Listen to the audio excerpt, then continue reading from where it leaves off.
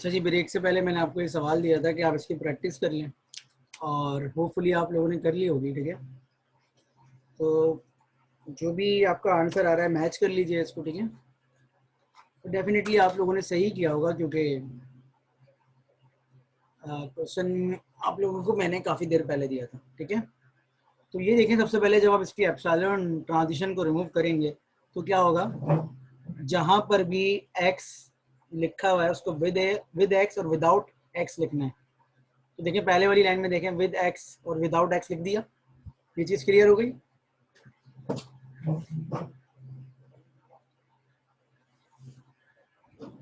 जी ये चीज क्लियर हो गई।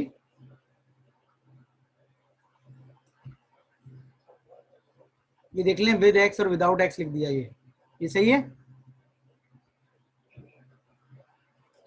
आवाज आ रही है सबको?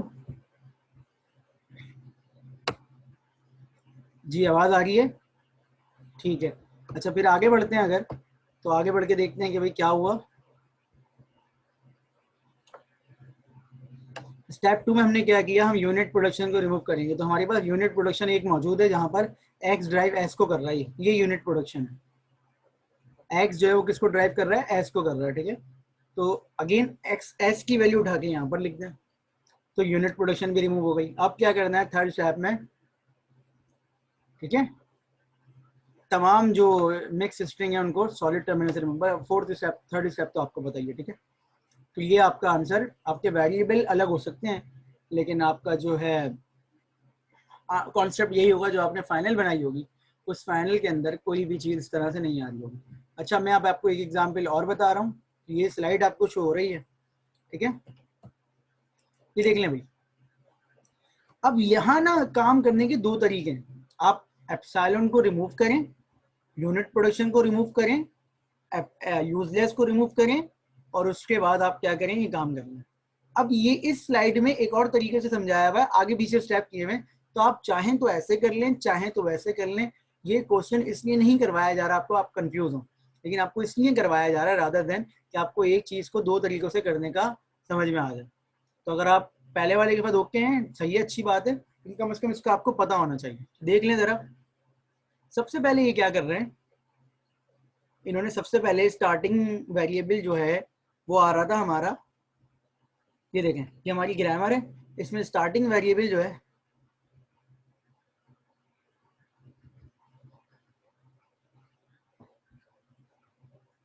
अच्छा देखता हूँ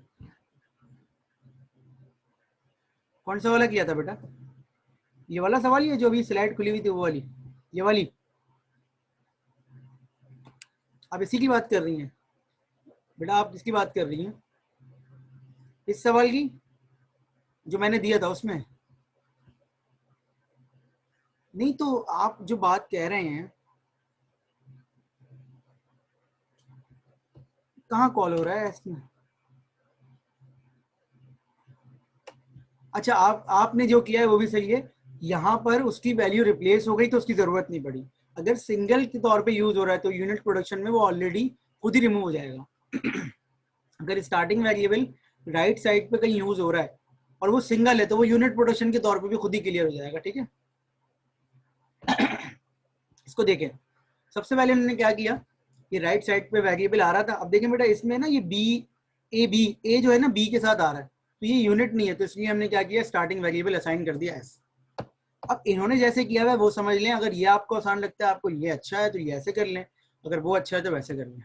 देखिएगा ये पहले एप्सिलॉन प्रोडक्शन को रिमूव नहीं कर रहे, ये यूनिट प्रोडक्शन को रिमूव नहीं कर रहे, ये डायरेक्ट क्या कर रहे हैं, बिन बना रहे हैं। बिन का मतलब क्या है कि जो दो से ज्यादा का ग्रुप है उनको दो दो के ग्रुप में तोड़ना है, जो दो से ज्यादा का ग्रुप है उसको दो दो के ग्रुप में तोड़ना है। तो अगर आपको ये मेथड आसान लगता है आप ऐसे कर लें।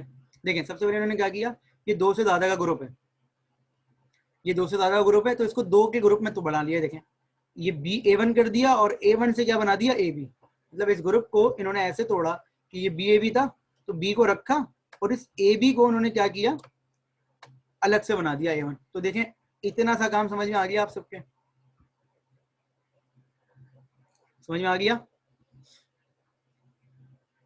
इन्होंने स्टेप्स आगे पीछे कर दिए, काम वही हो रहा है। ये सबसे पहले क्या कर रहे हैं, इसके पेयर बना रहे हैं, तो इन्होंने BAB को दो हिस्सों में तोड़ दिया बी और ए बी को A1 बना दिया और A1 से ए बी जनरेट कर दिया। ये बात समझ में आ गई सबके? तो मुझे आंसर कर दें प्लीज। ठीक है, आगे बढ़ते हैं। अब देखें, जब इन्होंने बिन बना दिए सारे, तो अब सब में या तो 2 लोग हैं या 2 से कम है। ठीक है, क्या आगे बढ़ गए। अब इन्होंने सबसे पहले क्या किया, ए को रिमूव किया, एप्सिलॉन को। ए में एप्सिलॉन है और बी में एप्सिलॉन है। जब ए को रिमूव करेंगे तो जहां जहां ए लिखा हुआ है विदाउट, उसको लिखेंगे विद ए और विदाउट ए। तो मुझे बताएं राइट साइड पे ए कहाँ लिखा हुआ है? 2 जगह पे लिखा हुआ है, एक यहाँ पर लिखा हुआ है और एक यहाँ पर लिखा हुआ है। ठीक है, तो हम इसको एक दफा ए के साथ लिखेंगे और एक दफा विदाउट ए, और इस चीज को भी हम एक दफा ए के साथ लिखेंगे और एक दफा विदाउट ए। तो मुझे बताएं ये स्टेप सबकी समझ में आ गया? सिर्फ ए वाली जगह देखें राइट साइड पे, जहां जहां ए लिखा हुआ है वो विद ए और विदाउट ए लिखा हुआ है। Is it clear?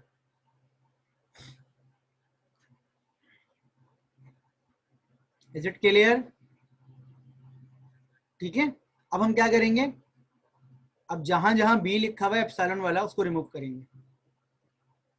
तो अच्छा, इनिशियल स्टेट में एप्सिलॉन आ सकता है तो उसको रिमूव नहीं कर रहे, लेकिन इनिशियल स्टेट कह रहा हूँ, स्टार्टिंग वेरिएबल में एप्सिलॉन आ सकता है उसको रिमूव नहीं कर रहे, लेकिन बी के साथ एप्सिलॉन है तो उसे रिमूव कर रहे हैं। देखो, अब जहां जहां बी लिखा हुआ उसको विद बी और विदाउट बी लिखेंगे।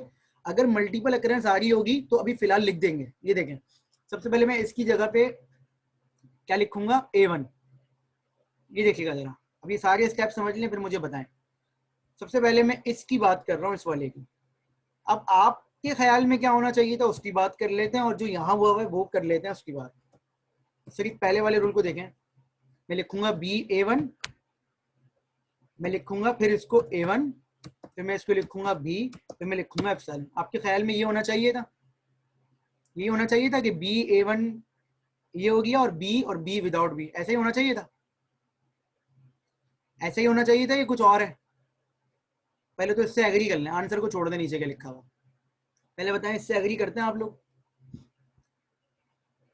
सब लोग एग्री करते हैं कि आंसर यही होना चाहिए था?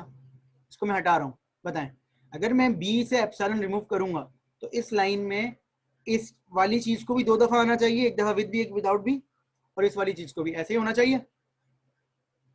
अब अगर ऐसा कोई रूल आ जाए कि जिसमें आप ऑलरेडी एप्सिलॉन रिमूव कर चुके हैं, एक एप्सिलॉन हम ऑलरेडी रिमूव कर चुके हैं, तो हम यहाँ पर दोबारा से एप्सिलॉन नहीं लगाएंगे, क्योंकि आगे जाके भी वही काम दोबारा करना पड़ेगा। तो अगेन आई एम रिपीटिंग कि जब आप एप्सिलॉन रिमूविंग कर रहे हैं तो अगर किसी ऐसे वेरिएबल के साथ सिर्फ एप्सिलॉन लग जाता है जो ऑलरेडी आप रिमूव कर चुके हैं तो वहां आप नहीं लगाएंगे। स्क्रीन पे देखिएगा जरा, ये देखें तीनों चीजें सेम है लेकिन यहाँ पर एप्सिलॉन नहीं है क्योंकि ऑलरेडी, ये देखें, don't add a epsilon because we already remove it. Is it clear to all of you? समझ में आ गई ये बात कि हम ऑलरेडी रिमूव कर चुके हैं, इसलिए हम यहाँ पर एप्सिलॉन को ऐड नहीं कर रहे। अगर फर्ज कर लें एप्सिलॉन को ऑलरेडी रिमूव नहीं किया होता ए से तो हम फिर ऐड करते। अब आ जाते हैं नेक्स्ट पे, मतलब पीछे जा रहा हूँ मैं वापस। ये देखें, यहाँ पर भी बी लिखा हुआ है तो इसका भी रिमूव करके आंसर क्या आएगा, ये देखें, A1 AB और A और B और एप्सिलॉन। एक दफा इस AB को विदाउट बी लिखा और एक दफा इस B को विदाउट बी लिखा। अब चूंकि A1 का एप्सिलॉन हमने अभी तक रिमूव नहीं किया था तो हमें यहाँ लिखना पड़ेगा। तो स्क्रीन पे देखिएगा, ये देखें A1 का एप्सिलॉन लिखा हुआ है क्योंकि A1 का एप्सिलॉन हमने अभी तक रिमूव नहीं किया था। आई होप कि ये पॉइंट समझ में आ गया हो। आगे बढ़ता हूं। अब A1 के बाद एप्सिलॉन आ गया तो हमारा नेक्स्ट स्टेप क्या है कि हम A1 का एप्सिलॉन रिमूव करेंगे। ये देखें, और जब A1 का एप्सिलॉन रिमूव करेंगे तो आपके ख्याल में A1 जहां जहां है वहां वहां से हमें हटाना पड़ेगा। तो अगर मैं इस चीज को यहीं लिख दूं, ये ऐसे हो जाएगा, A1 और B और B और A1 और एप्सिलॉन। ये होना चाहिए, यही आंसर आना चाहिए, यही आंसर आना चाहिए। देखें, BA1 की जगह पे BA1 और B, और ये B पुराना वाला, और A1 की जगह पे A1 और एप्सिलॉन। ये आंसर सही है, यही होना चाहिए।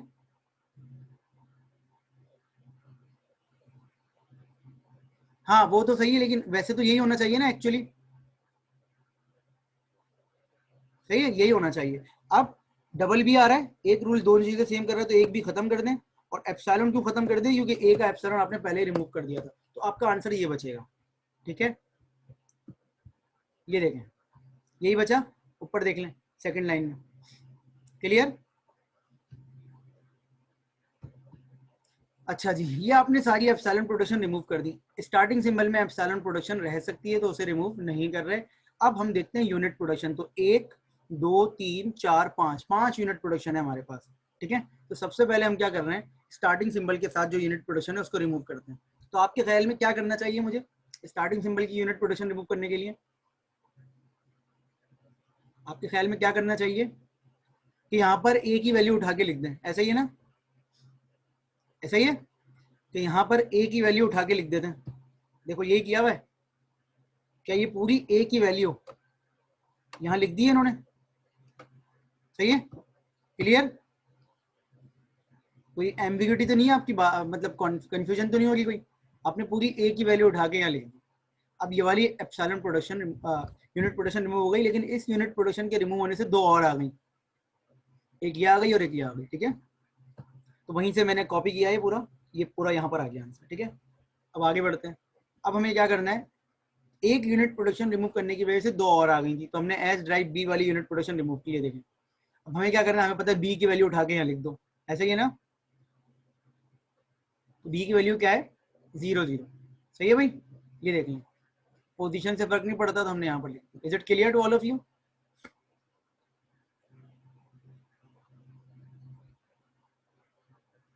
क्लियर? आगे बढ़े। अब एस ड्राइव A1 को रिमूव करते हैं। अब देखें दोबारा से, अगर आप गौर से देखें तो A1 आ गया, तो A1 को रिमूव करेंगे तो A1 की वैल्यू उठा के यहाँ पर लिख दें, तो A1 की जो भी वैल्यू उठा के लिख देते हैं। अब गौर से देखें, अगर A1 की वैल्यू में उठा के लिखूं A तो देखें क्या होगा, होना क्या चाहिए आपके ख्याल में? ये देखें, होना ये चाहिए आपके ख्याल में, लेकिन हो क्या रहा है उस पर बात कर लेते हैं। ये देखें, एस ड्राइव A1 और A1 की वैल्यू क्या है, AB और B और A और एप्सिलॉन, होना ये चाहिए। मतलब ये लाइन जो है, ये लाइन, और 0 0 भी आएगा, सॉरी,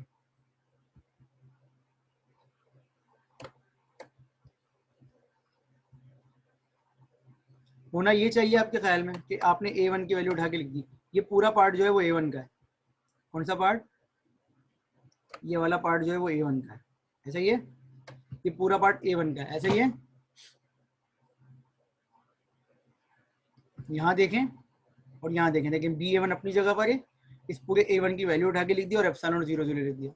अब सवाल ये आता है कि सर दोबारा से बी और ए आ गए, तो चूंकि ऑलरेडी आप एस ड्राइव बी को और एस ड्राइव ए को रिमूव कर चुके थे, तो आप इसको ऐड नहीं करेंगे, इसके बगैर आंसर लिखेंगे। क्या कहना चाह रहा हूँ ये देख लीजिएगा, ये देखिएगा, विदाउट ए और विदाउट बी लिखा है, क्योंकि ऑलरेडी हमने S drive B unit production और एस ड्राइव ए की यूनिट प्रोडक्शन को रिमूव कर दिया था। Is it clear to all of you? Otherwise ये बार बार आती रहेंगी, जिस चीज को एक दफा रिमूव कर चुके हैं उसको दोबारा ऐड करने की जरूरत नहीं है। Is it clear? जी बेटा, समझ में आ गई बात? आगे बढ़े। अच्छा, अब मुझे बताएं क्या करना चाहिए। अब हमें करना चाहिए ए ड्राइव बी को रिमूव। ए ड्राइव बी को रिमूव कर देते हैं। ए ड्राइव बी का मतलब है बी की वैल्यू यहाँ पुट कर दें, तो बी की वैल्यू 0 0 पुट कर दी। ठीक है, अब क्या रिमूव करेंगे, ए ड्राइव A1। तो ए ड्राइव A1 की वजह से, ए ड्राइव A1 की वजह से, ए ड्राइव A1 की वजह से हमें पास क्या होगा कि ए भी आ जाएगा यहाँ पर, बी भी आ जाएगा और ए भी आ जाएगा। ए ड्राइव बी ऑलरेडी रिमूव कर चुका था मैं, ए ड्राइव बी ऑलरेडी रिमूव कर चुका था मैं, तो उसको नहीं ऐड करूंगा। ए ड्राइव ए को भी ऐड करने का फायदा नहीं। मतलब क्या, आंसर ये आएगा, लेकिन हमने ओवरराइट करके लिखा हुआ। ये देखें, ये देखिएगा, ये हो गया BA1। अब A1 की जो वैल्यू है वो ये है AB और B और A, और ये 0 0 अपनी जगह पे। ये जो हाईलाइटेड पार्ट है ये A1 की वैल्यू। ठीक है, इसमें से ए ड्राइव बी में इसलिए खत्म कर रहा हूँ क्योंकि मैं उस पर काम कर रहा हूँ। ए ड्राइव ए इसलिए खत्म कर रहा हूँ कि एक वेरिएबल अपने आप को खुद ड्राइव नहीं कर सकता सिंगल। ये हो गया, तो हमारा फाइनल आंसर आएगा ये देखिए, ये देख लें, यहाँ से मैंने A1 को रिमूव किया तो ये आ गया BA1 0 0 AB। बस इस पूरी की जगह पे सिर्फ ए बी क्यों आया, क्योंकि ए ड्राइव ए ऑलरेडी रिमूव हो गया और ए ड्राइव बी जो है हम ऑलरेडी रिमूव कर चुके थे, ये लिखे हुए भी है रीजन। ठीक है, आगे बढ़ते हैं। अब हमें बता दें कौन सी यूनिट प्रोडक्शन रहती है, हमारी यूनिट प्रोडक्शन रहती है A1 drive B. A1 drive B को हम रिमूव कर देते हैं, ये देखें, सॉरी A1 ड्राइव बी, तो A1 ड्राइव बी में हम बी की वैल्यू पुट कर देते हैं 0 के, और A1 ड्राइव ए में हम ए की वैल्यू पुट कर देते हैं। ए की वैल्यू क्या है, BA1 00 AB, तो BA1 00 तो आ जाएगा इसकी जगह पे, लेकिन ए भी नहीं आएगा क्योंकि उसकी मल्टीपल अकरेंस है। ये देखें, BA1 00 AB आना चाहिए था इसकी जगह पे, लेकिन BA1 00 आएगा, BA1 आएगा सिर्फ क्योंकि 00 और AB ऑलरेडी लिखा हुआ है, तो देखें BA1। अब इस लाइन में आप मुझे बताएं कि कोई सी भी ऐसी चीज है जिसमें एप्सिलॉन प्रोडक्शन हो, यूनिट प्रोडक्शन हो, या तो सारी चीजें खत्म हो गई। अब इसके आप ग्रुप बना लें। ठीक है, हमने अब आपकी मर्जी है, वो जिस लॉजिक से भी बना रहे हैं आप, सिंगल वेरिएबल जेड को उन्होंने 0 असाइन किया और जहां जहां 00 लिखा हुआ जेड लगा दिया। देखें आपकी सिंपल सी जो चॉम्स्की नॉर्मल फॉर्म में वो बन गई। Is it clear to all of you? तो सवाल है यहाँ तक?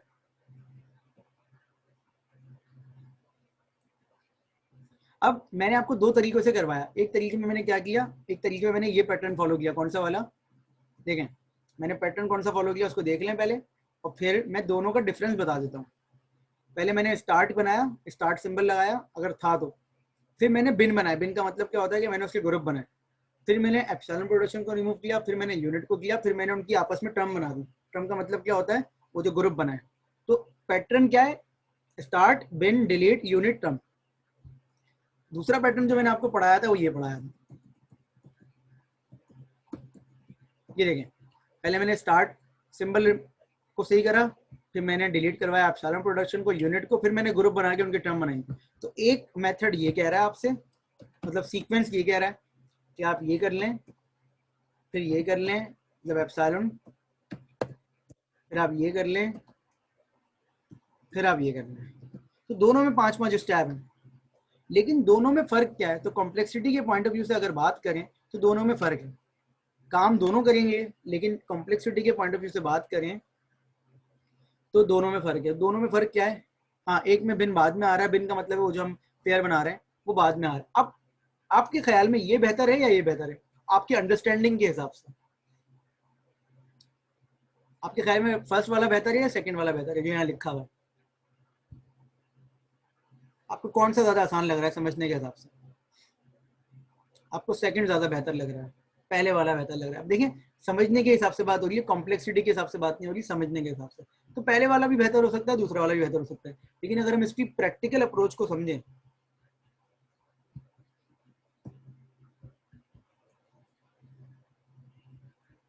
तो कैलकुलेशन हुई भी है डेफिनेटली। एक अजीब सी आपको ग्रामर समझाने के लिए दी हुई है कि जिसमें 5 वेरिएबल हैं और 10 रूल हैं। एग्री? डेफिनेटली सेकंड वाला पढ़ाया इसीलिए है कि वो लेस कॉम्प्लेक्स होगा, लेकिन उसकी जस्टिफिकेशन दे रहे हैं। 5 वेरिएबल हैं और 10 रूल है, ठीक है? 5 वेरिएबल हैं और 10 रूल हैं। जब इसको हमने सेकंड वाले मेथड से बनाया, अगर हम बनाएंगे तो 18 वेरिएबल बनेंगे और 125 रूल बनेंगे। कितने वेरिएबल बनेंगे? 18 वेरिएबल और 125 रूल, सेकंड वाले मेथड से। सही है? लेकिन जब इसको हम फर्स्ट वाले मेथड से बनाएंगे तो इससे जो हमारी वेरिएबल बनेंगे वो बनेंगे 1394 वेरिएबल और 1953 रूल्स।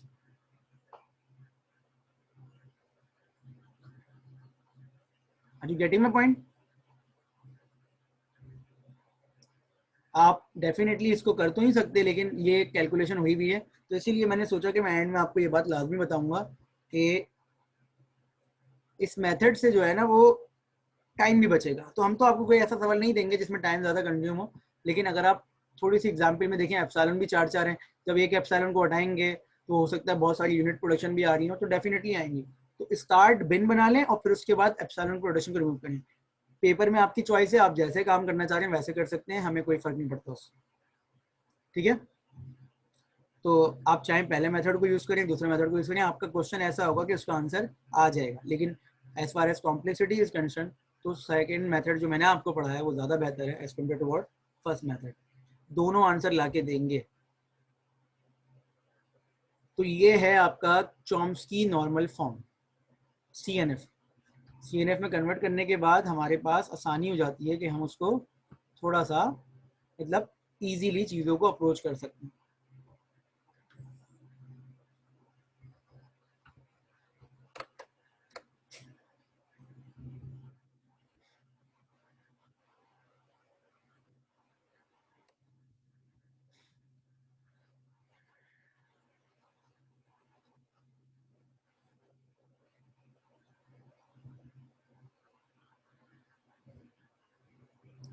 बेटा डायरेक्ट चॉम्स्की निकाल नहीं सकते क्योंकि बहुत ज़्यादा कॉम्प्लेक्स हो जाएगा। अच्छा मैं एक चीज़ और बता रहा हूँ, वो इंक्लूड नहीं है लेकिन आपको पता होना चाहिए। एक फॉर्म और कहलाती है, वो कहलाती है GNF। जस्ट एक इंट्रो दे रहा हूँ मैं आपको, मैं उसकी कोई एग्जाम्पल नहीं करवाऊंगा। GNF में हर रूल जो है वो इस फॉर्म का होता है। क्या फॉर्म है कि टर्मिनल से स्टार्ट हो रहा होगा, उसके बाद जितने वेरिएबल आना चाहे आ सकते हैं। एक सिंगल टर्मिनल होगा स्टार्ट में, उसके बाद जितने वेरिएबल टर्मिनल आना चाहें, सॉरी जितने वेरिएबल आना चाहे आ सकते हैं। स्टार्टिंग में क्या होगा, टर्मिनल, ये देखें इसके भी स्टार्ट में टर्मिनल है फिर वेरिएबल है, इसके स्टार्ट में टर्मिनल है फिर वेरिएबल है, इसके स्टार्ट में टर्मिनल है फिर वेरिएबल है, इसके स्टार्ट में टर्मिनल है, इसके स्टार्ट में टर्मिनल है। ठीक है, टर्मिनल लाजमी होना चाहिए, वेरिएबल फिर उसके बाद जितने भी। एक रूल के अंदर एक से ज्यादा टर्मिनल नहीं आ सकते, देखेंगे। या एक रूल में अगर शुरू में टर्मिनल आ गया तो दोबारा टर्मिनल नहीं आ सकता। या एक रूल जिसमें सिर्फ टर्मिनल हो वो भी अलाउ नहीं है, सिर्फ एक सिंगल टर्मिनल अलाउ। तो ये कहलाती है GNF की फॉर्म। ये भी मतलब वैसे देखा जाए तो ओवरऑल है ऑटोमेटा का पार्ट, लेकिन हमारे पास फिलहाल हम नहीं पढ़ा रहे इसको। ठीक है, तो GNF क्या है कि आपकी फॉर्म जो है वो कहती है कि हर रूल टर्मिनल से स्टार्ट होगा, उसके बाद अगर कोई आ सकता है तो वो वेरिएबल है।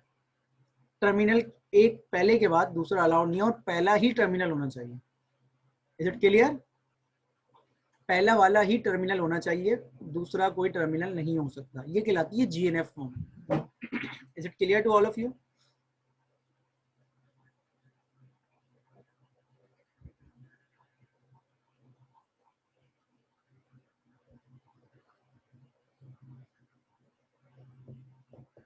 कोई सवाल है बेटा यहाँ तक तो पूछ लीजिए, क्योंकि नेक्स्ट क्लास में आपकी प्रोजेक्ट की इवैल्यूएशन है। मैंने आप लोगों को बताया था, मैं दोबारा रिपीट कर रहा हूँ कि आपने अपने प्रोजेक्ट की डेमो बनाना है वीडियो को, मतलब अपने प्रोजेक्ट के चलता हुआ डेमो बनाना है वीडियो। उसमें 4-5 मिनट में आप एक्सप्लेन करेंगे, प्रॉपर वीडियो होनी चाहिए, साफ सुथरी। स्क्रीन रिकॉर्डिंग से करें, जूम से करें, किसी से भी करें। ऐसा ना हो कि कैमरे से, मोबाइल कैमरे से बना रहे हैं और उसको प्रॉपर हर तरह से चला के दिखाना है। किस तरह से इनपुट ले रहे हैं, किस तरह से आउटपुट दे रहे हैं, आउटपुट क्या है, इनपुट क्या है, और एक्सेप्ट कब होता है, रिजेक्ट कब होता है, सब बता के फिर चला के दिखाना है। तो इसमें 3-4 मिनट लग जाएंगे। उसके बाद आपने अपने कोड को वर्ड की फाइल में अपलोड करना है, वर्ड की फाइल में पेस्ट कर देना है पूरा कोड। पूरा कोड जो आपका वर्ड की फाइल में पेस्ट होगा। और अब जब आप गूगल फॉर्म पे जाएंगे तो गूगल फॉर्म पे आपसे आपकी इन्फॉर्मेशन मांगी है, ग्रुप मेंबर के नेम मांगे हैं, क्लास आईडी मांगी है, कोर्स मांगा है, कोर्स प्रोजेक्ट का नाम मांगा। उसके बाद 2 फाइल अपलोड करनी है। तो पहली फाइल जो है वो डॉक है, और दूसरी फाइल जो है वो है वीडियो फॉर्मेट की, जो स्टैंडर्ड वीडियो फॉर्मेट होता है वही। ठीक है, मैं देख भी लेता हूँ कि कौन सा है।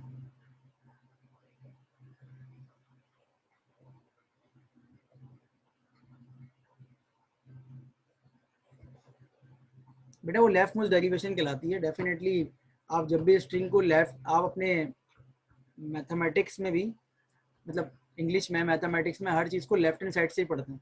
तो जब आप पार्सिंग कर रहे होते हैं तो उसमें भी आप लेफ्ट हैंड साइड से ही मैच करने की कोशिश करते हैं, क्योंकि लेफ्ट हैंड साइड से मैच होके ही आपने अपना स्ट्रिंग भी बनाना होता है। तो ये लॉजिक थी उसकी, कोई ऐसा मुश्किल बात नहीं थी। मैं आपको ज़रा गूगल फॉर्म का बता दूं कि फाइल का फॉर्मेट कौन सा है, वीडियो फाइल का।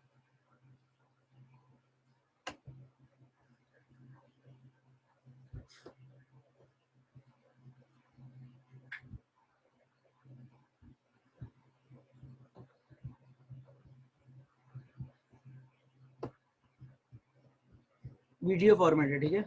मैक्सिमम फाइल का साइज 1 GB हो सकता है, ठीक है।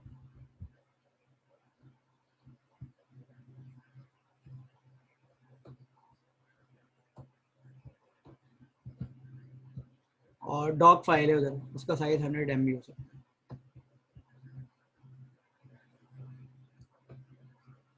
भाई सेमेस्टर 2 हफ्ते रहते हैं आज की क्लास के बाद, तो अगर अब मुझे ये नहीं पता कि ख़त्म कब हो रहा है। वैसे हमारी क्लास तो लास्ट जो होगी वो होगी 1 दिसंबर को, मतलब नेक्स्ट क्लास में प्रोजेक्ट है, उससे नेक्स्ट क्लास में मैं आपसे ट्यूरिंग मशीन डिस्कस करूँगा। ट्यूरिंग मशीन डॉक्यूमेंटेशन में आपने प्रोजेक्ट का पूरा कोड कॉपी कर देना, ताकि कोड मेरे पास हो, जब मैं अपने पास वीडियो देख रहा हूँ तो मैं कोड भी देख लूँ, और फिर कोड में जो मुझे चीज़ पूछनी होगी वो मैं पूछ लूँगा। ठीक है, एनी अदर क्वेश्चन? अच्छा, मैं इतनी देर में क्विज अपलोड कर देता हूँ, आप क्विज देख लीजिएगा जब कोई अटेंडेंस भी हो जाएगी आपकी। और अटेंडेंस ले रहा हूँ मैं।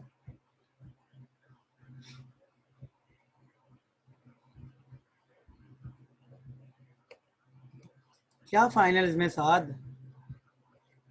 क्या पूछ रहे हो?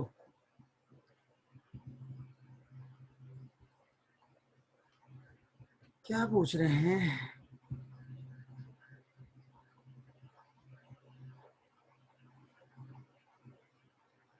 ट्यूरिंग मशीन नहीं, ट्यूरिंग मशीन है, ट्यूरिंग, और डेफिनेटली वो इंक्लूड होगी फाइनल में।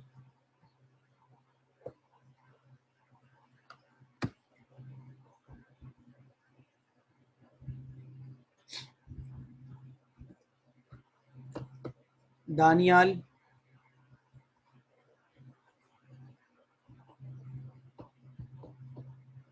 अटेंडेंस हो रही है?